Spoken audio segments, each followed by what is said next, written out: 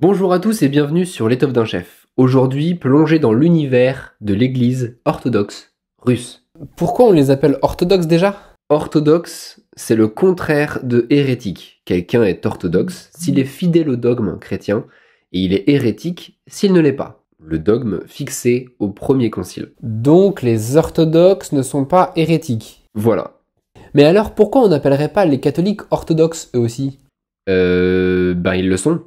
Ok, donc ça veut dire qu'il y aurait deux sortes d'orthodoxes.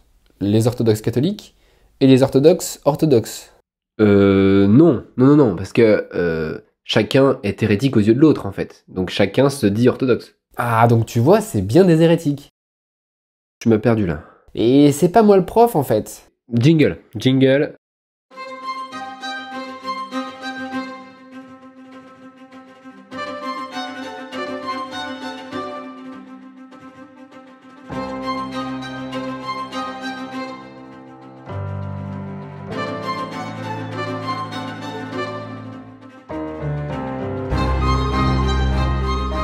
Le mot orthodoxe prête évidemment à confusion. Orthodoxe, comme adjectif, est le contraire de hérétique. Est orthodoxe celui dont les opinions sont conformes à la doctrine officielle. On parle d'un catholique orthodoxe, d'un juif orthodoxe, d'un musulman orthodoxe, etc. Bien sûr, ce n'est pas le sens que l'on emploie dans cette vidéo. Ici, orthodoxe se réfère bien à toute personne attachée aux églises chrétiennes d'Orient, dont la séparation est le fruit de l'histoire.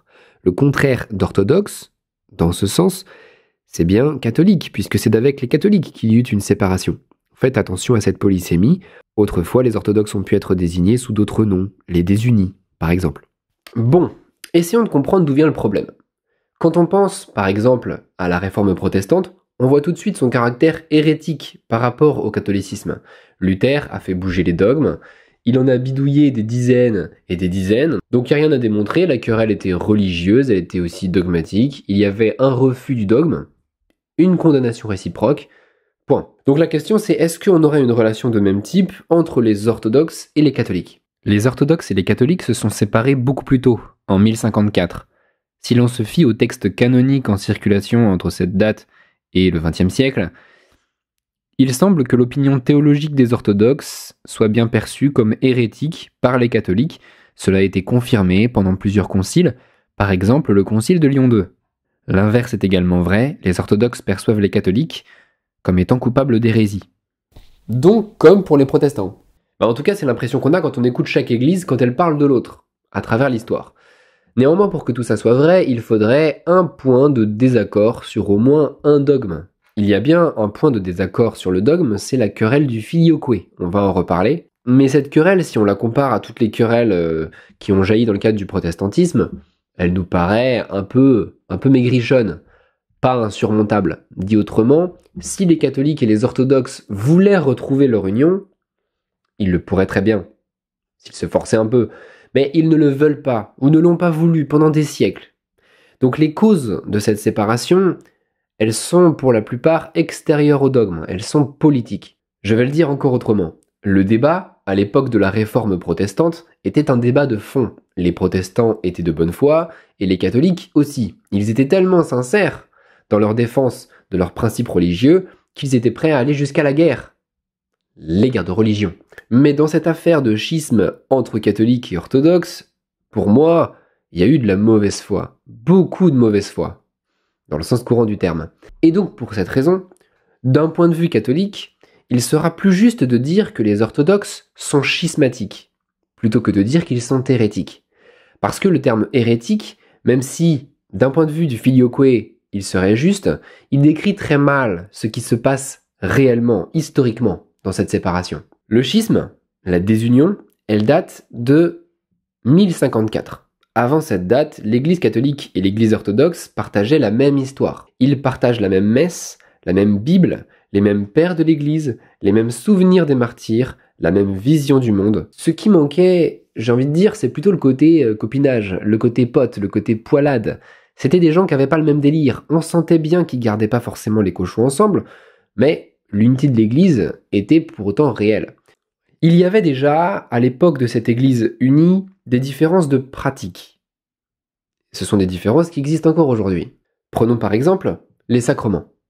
En Orient, le baptême se fait non par triple aspersion, mais par triple immersion, c'est-à-dire que le bébé est plongé complètement dans le baptistère. L'Eucharistie, elle se fait sous les deux espèces, c'est-à-dire que les fidèles consomment pendant la messe le pain et le vin, et celui-ci est rouge, et non blanc comme chez nous, et celui-là est fermenté, et non azime.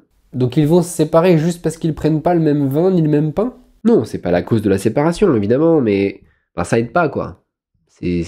Quand tu manges pas les mêmes choses, c'est plus simple de pas se mettre à la même table. Tu vois ce que je veux dire? Donc, ces différences ne sont pas la raison première du schisme, même si chacun, visiblement, défend une certaine façon de faire. La véritable raison du schisme, elle est politique. Rappelons-nous un peu ce qui s'est passé. À l'origine, le christianisme compte 5 patriarcats. Un qui est occidental, c'est Rome, la papauté, qui a un droit de primauté, si on se fie à l'évangile, et les 4 autres sont orientaux, Constantinople, Antioche, Jérusalem et Alexandrie. Ces 3 derniers seront soumis à la loi coranique avec la conquête arabe. On retient donc principalement Rome, du côté occidental, et Constantinople, du côté oriental.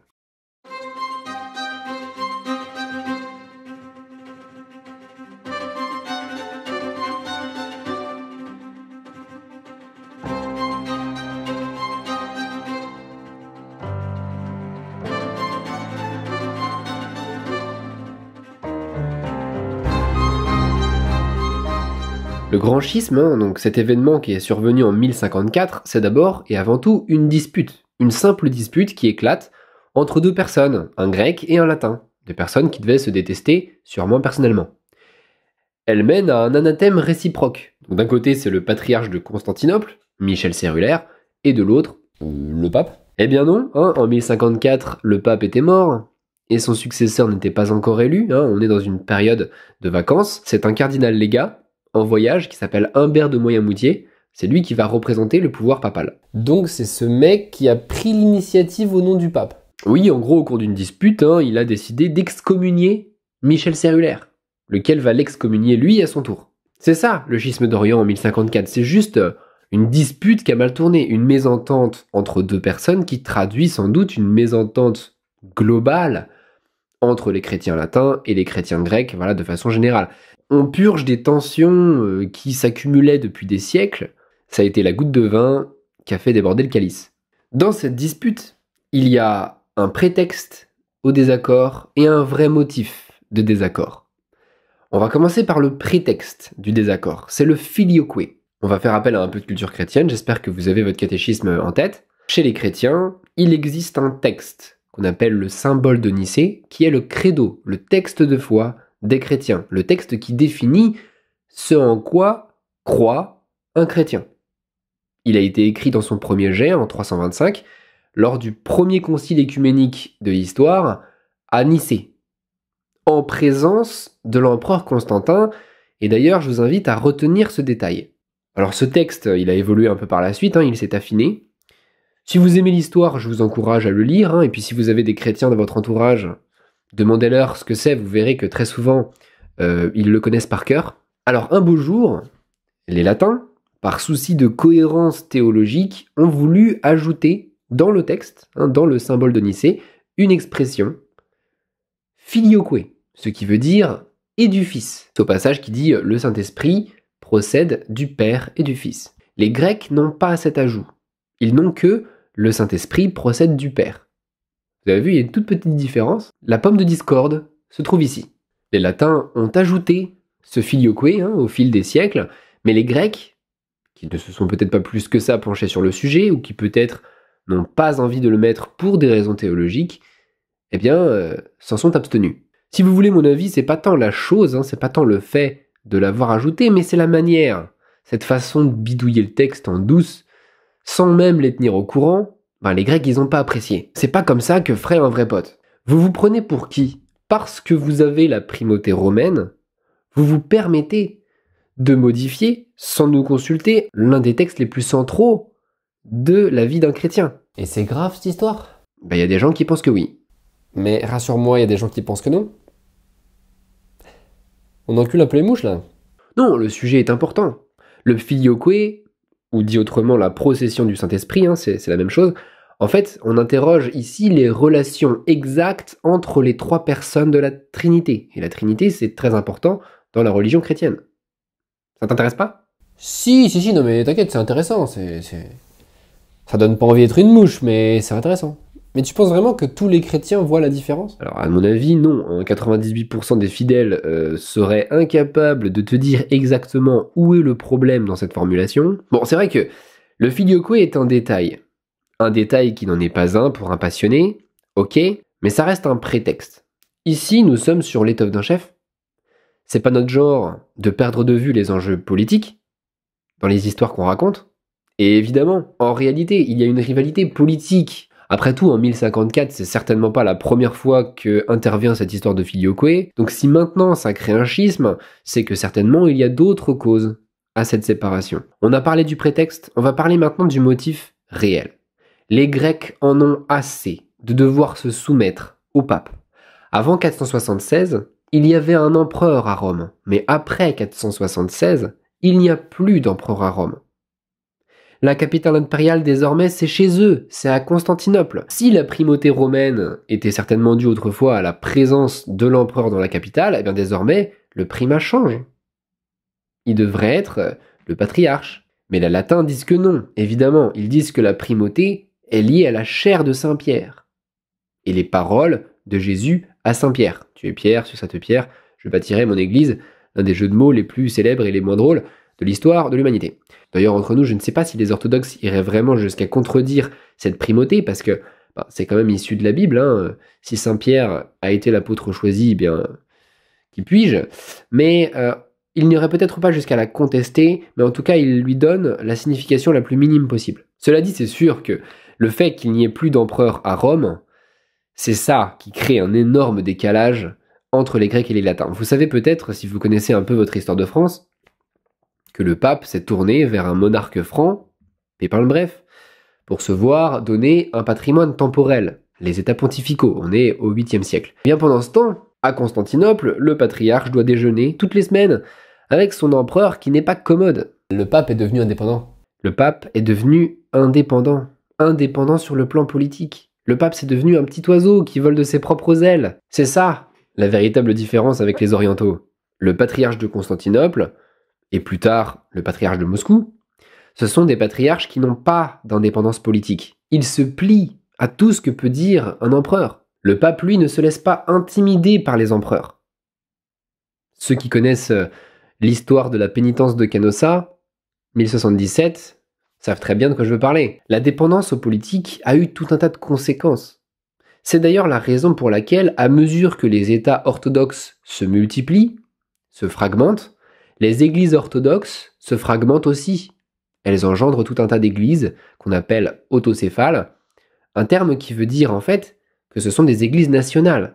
L'église orthodoxe, elle est en morceaux. Il y a une église pour la Géorgie, une église pour Chypre, une église pour la Serbie, une église pour la Russie, ça continue, ça s'arrête pas. Et ça continue de nos jours. Mais bien sûr que ça continue de nos jours. Qu'est-ce qui s'est passé lors des tensions entre l'Ukraine et la Russie?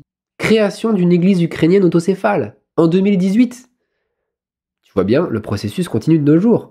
Les églises orthodoxes, alors qu'elles sont une religion unique, c'est vrai, elles se séparent en 2 et en 4, comme des noix au bruit des bottes des armées nationales. Et ça, évidemment, ça inspire de la pitié aux latins, qui, eux, auraient voulu, justement, garder l'unité de l'Église, et cette unité, en fait, pour eux, elle ne pouvait se faire que dans l'indépendance politique que le pape est le seul à posséder. Normalement, là, vous avez bien compris le désaccord de fond entre les deux parties. 1054, c'est la date qu'on retient pour ce schisme, mais finalement, c'est une date qui n'est pas très parlante. En fait, c'est jamais qu'une dispute entre deux personnes. Bon, ça arrive. Mais le schisme lui-même, c'est une séparation progressive qui s'étale sur des siècles. Le moment à partir duquel il devient certain que le schisme ne pourra plus être résorbé, c'est un autre événement qui appartient à l'histoire des croisades. Vous faites peut-être partie des gens qui n'aiment pas les croisades, qui disent que c'est un passé honteux. Je ne vais pas me prononcer sur ce débat qui n'est peut-être pas très intéressant. Par contre, je vais vous faire remarquer une chose. C'est que dans toute l'histoire des croisades, il y a au minimum une croisade qui est honteuse. Une croisade dont les champions de la chevalerie évitent de parler tant l'honneur n'y fut pas au rendez-vous.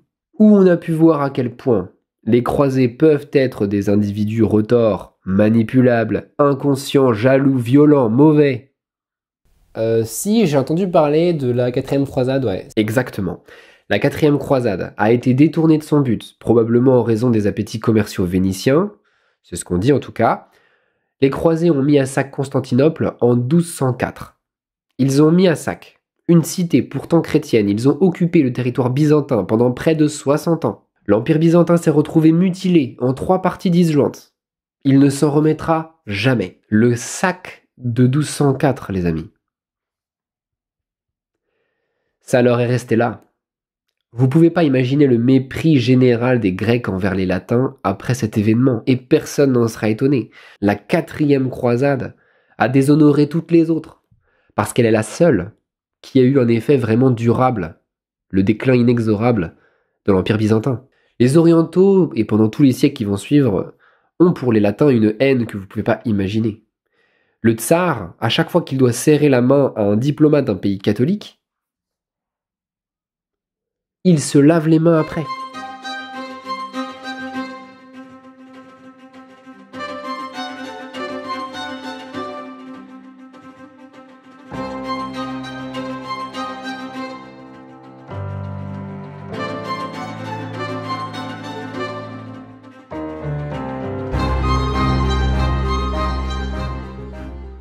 Maintenant, on va changer un peu de décor. Les orthodoxes aujourd'hui, c'est pas vraiment un monde grec. C'est pas vraiment Constantinople. En fait, c'est un monde slave. On va parler des Russes. Petite question. Les Russes, ils parlent quelle langue pendant la liturgie de la messe? Les Occidentaux, ils ont la messe en latin. En tout cas, ils l'avaient pendant presque toute leur histoire. Les Grecs, ils ont la messe en koiné, qui est un grec ancien. Mais les Russes... En grec, vu qu'ils sont orthodoxes. Non. La langue liturgique des Russes, c'est le slavon. Le slavon fut une langue de l'écrit pour les Russes.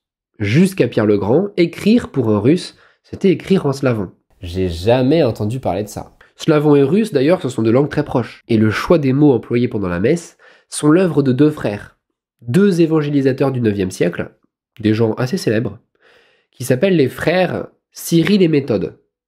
Voilà les apôtres du monde slave, à une époque d'avant le schisme.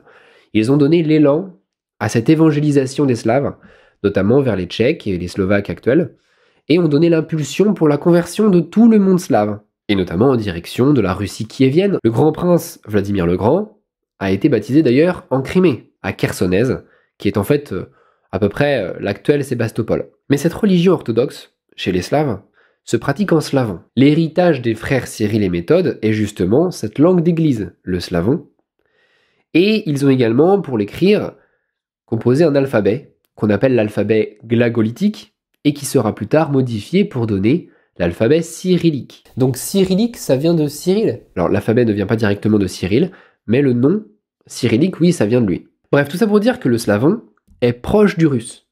Et donc les fidèles arrivent à peu près à le comprendre, contrairement au latin chez nous. Mais il n'y a pas que les Russes. Qu'en est-il des autres peuples slaves orthodoxes? C'est le slavon partout. Les Russes, les Serbes, les Bulgares ont la messe en slavon. Et les Roumains? Les Roumains, ils sont pas slaves. Donc ils ont la messe dans leur langue. Depuis que Constantinople est tombée sous la main des Turcs, en 1453, les Slaves sont dominants dans le monde orthodoxe. Et le centre du monde slave, c'était Moscou. Si tu veux avoir une image de cette nouvelle église, c'est la croix orthodoxe russe que Ivan le Terrible faisait dresser sur les dômes des églises. C'est une croix très reconnaissable, à 8 branches au lieu de 4. Ah oui, je l'ai déjà vu. Pourquoi toutes ces barres? En haut, c'est l'écriteau, c'est ça? Oui, en gros, c'est une croix ordinaire, à laquelle on a ajouté un écriteau et un appui-pied. D'ailleurs, les orthodoxes font leur signe de croix dans l'autre sens que nous. Donc, l'église de Moscou, elle a la messe, elle a la Bible, elle a sa croix, elle a sa puissance, une puissance que Constantinople n'a déjà plus. Pourtant, posons-nous la question honnêtement. Entre nous, les Russes sont-ils vraiment des chrétiens? Certaines personnes disent que les Russes, à l'époque des tsars, et jusqu'à la fin du 19e siècle, ne sont pas de véritables chrétiens. Le moujik, c'est-à-dire le paysan serf, il a des manières un peu grossières. C'est un ignare, son éducation est très médiocre. Ne serait-il pas un peu demi-païen? Alors oui, il est présent à la messe le dimanche, mais ne le voit-on pas aussi parfois utiliser des charmes magiques? Des potions de sorcières? Les histoires que les grands-mères russes racontent aux enfants sont pleines de vieilles divinités, sorties de la forêt. Des fois on entend parler de Saint-Nicolas, c'est bien, mais on en parle comme si c'était le dieu de la pêche. Bon, quand les prêtres sont pas là, les souris dansent, quoi. On bricole un peu avec les vides-saints et les ménologes. Quant à tous ces détenus qu'on envoyait en Sibérie sous les derniers tsars, vous croyez vraiment qu'ils n'ont jamais rendu visite aux chamans des villes bourriates, par là-bas, dans la Sibérie profonde? Bref, les Russes sont-ils vraiment chrétiens? Mais on pourrait dire ça de beaucoup de peuples, non? Comme? Je sais pas. Les Africains, les Indiens d'Amérique latine. Même nous, autrefois, je pense qu'on avait des jeteuses de sorts. Effectivement, c'est quelque chose qu'on pourrait dire d'autres peuples si on fait des jugements un peu rapides. En fait, les Russes sont chrétiens. Ils tiennent à leurs prêtres. Ils remplissent avec dévotion leurs devoirs religieux, et ils ont, autant que les Latins, la conscience du péché, l'intérêt pour les paroles du Christ, le travail pour obtenir le salut, et toutes ces choses qui accompagnent toute vie chrétienne. Le côté chrétien et cette fantaisie un peu semi-païenne, tout ça a l'air de se combiner tant bien que mal dans leur vie. Et le clergé n'a pas l'air de pouvoir y faire grand-chose.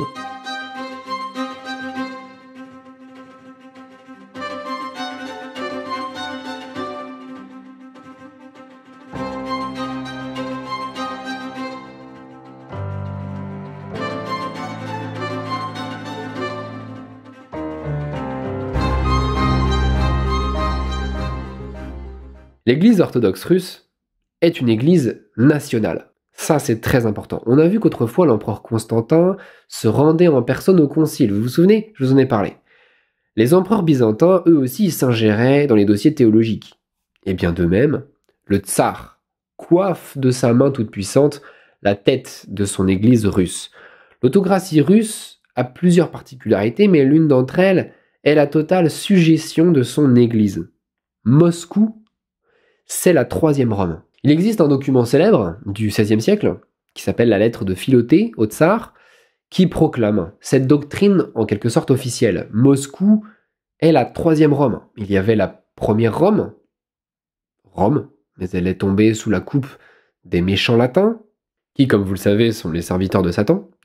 Il y eut la deuxième Rome, Constantinople, mais elle est tombée sous le cimetière turc. Et la troisième. Alors, pour illustrer mon propos, je vais te raconter une anecdote. À l'époque de la pression des Turcs au XVe siècle sur Constantinople, l'Empire ottoman resserrait son étau sur cette ville, les Grecs avaient fini par tendre la main aux Latins. En gros, même pas 15 ans avant la prise de la ville, les représentants de l'Église grecque avaient signé la fin du schisme d'Orient avec les Latins, lors d'un concile de réconciliation qui s'est tenu à Florence. C'était le concile de Florence. Ah, donc le schisme a bien pris fin.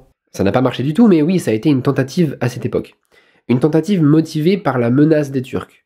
Constantinople cherche un appui chez les Latins à cause du djihad qui la menace. Donc, une union a été proclamée, là, comme ça, rapidement, à la va comme je te pousse. Les Latins sont plutôt contents, les Grecs font avec, mais comme je vous ai dit, il n'y a pas que les Grecs et les Latins dans cette histoire, il y a aussi les Slaves. Le métropolite de Kiev et de Russie se trouvait au concile. Il s'appelle Isidore. C'est à lui de retourner à Moscou pour apporter la bonne nouvelle à ses compatriotes.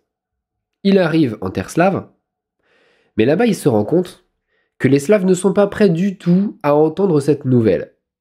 Il arrive à Moscou en 1441, il s'installe, il enfile sa chasuble, il fait sa messe devant les Russes, dans la cathédrale de la Dormition, et là, en pleine messe, au moment de citer le chef de l'église, il cite les 5 patriarches, donc les 4 d'Orient, et est cité également celui qui a la primauté, en principe, le pape de Rome.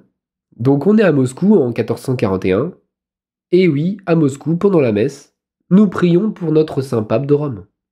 Sauf que les moscovites n'étaient pas du tout au courant de cette histoire d'union. Et les latins, ils les haïssent. Qu'est-ce qu'ils ont entendu là? Quelle horreur! Le pape, ce serviteur de Satan, mais qu'est-ce qu'il vient faire dans notre messe? On est à Moscou, on est chez les chrétiens ici. Coyons-nous là? J'ai pas compris la dernière phrase. Coyons-nous là, c'est du verbe ouïr, entendre. Coyons-nous là, comme oyer, oyons. Ouïr, le verbe, oui, j'y étais pas. Donc là, ils vont le raconter au tsar. Tsar, devinez, ce que nous ouïmes à la cathédrale. Oui, dites-moi, quid-vous? Nous ouïmes le nom du pape de Rome à la Sainte Messe ici en terre orthodoxe. Alors lui, il hallucine. Quoi-je? Cela ne se peut. Jamais plus vous noierez Paris insanité. Et sur ces mots, il destitue Isidore de son statut de métropolite et le met sous clé. Les Russes ont mis Isidore en prison parce qu'il leur apportait la fin du schisme. C'est dire qu'ils en voulaient. Puis, 12 ans plus tard, 1453, Prise de Constantinople. les Turcs ont pris Constantinople. Ah, vous avez vu, disent les Russes. Voilà leur punition aux Grecs pour avoir traité avec l'Occident, pour avoir osé adresser la parole à ces démons. Voilà la punition divine pour ceux qui osent conspirer avec les Latins. Et maintenant que Constantinople est prise, plus de deuxième Rome. Eh bien, Moscou, ce sera la troisième Rome. Et c'est là le sens de la lettre de Philoté au tsar. Dieu a choisi Moscou comme terre de refuge. Et effectivement, la majorité des orthodoxes libres du monde, désormais, seront des Russes. La seule nation chrétienne non occupée, pratiquement, c'est la Russie.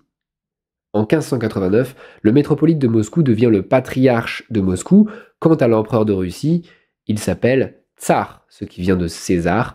Il s'affirme donc bien comme un successeur des Césars romains. Les Russes se pensent désormais être la dernière grande puissance chrétienne au monde. En ce sens, l'Église russe est une Église nationale. Les intérêts de la religion et les intérêts de la puissance sont les mêmes. Ce sont presque des synonymes.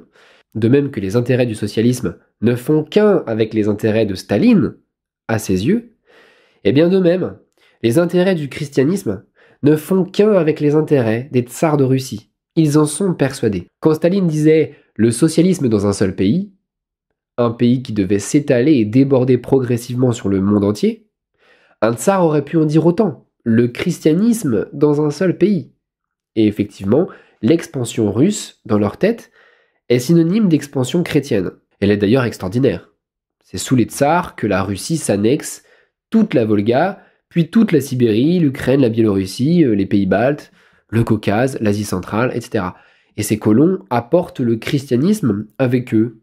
Ça ne veut pas dire d'ailleurs qu'ils vont vraiment chercher à déraciner l'islam des Tatars, mais bon, en tout cas, il y a quand même une expansion chrétienne qu'on peut noter. Et cette église, elle est encore nationale aujourd'hui. Lorsque Poutine attaque l'Ukraine en 2022, le patriarche soutient l'effort de guerre. Église nationale, qui épouse les causes de la nation. Lors de la guerre panslave à la fin du XIXe siècle, la Russie travaille à la libération des nations orthodoxes, Serbie, Bulgarie, Roumanie, Grèce, sur lesquelles elle obtient de facto un certain ascendant. Lors de la conquête de la Géorgie, en 1811, donc à l'époque de Alexandre Ier, eh bien devinez quoi? L'autocéphalie géorgienne est supprimée. L'église géorgienne devient englobée dans l'église russe. La Russie voit l'expansion de l'orthodoxie comme une mission spéciale qu'elle se charge de réaliser dans l'histoire. Et les Russes s'en accommodent très bien. Rien n'est plus éloigné de la mentalité russe que l'existence d'une papauté indépendante, comme nous en avons fait l'expérience pendant des siècles en Occident. Pour eux, c'est une anomalie. Leur église est enchâssée sous la carapace de l'État. C'est une église qui baisse la tête, qui est tout occupée à ses affaires, et qui évite de contrarier le souverain. Et de son côté, le souverain la protège, il l'honore pour qu'elle conforte sa légitimité, il réalise des conquêtes pour elle. Vous voyez que c'est une relation donnant-donnant. Le moteur de l'expansion, c'est le tsar. C'est pas le patriarche. Lui, il est presque de trop en fait. Le bout du processus de sujétion à l'autocratie, ce serait même en fait l'abolition pure et simple du patriarcat. Pas de pape en Russie et rien qui puisse y ressembler. L'abolition du patriarcat, c'est ce que fera Pierre le Grand en 1700. En fait, l'église orthodoxe, la plupart du temps, c'est une église qui n'a même pas de patriarche.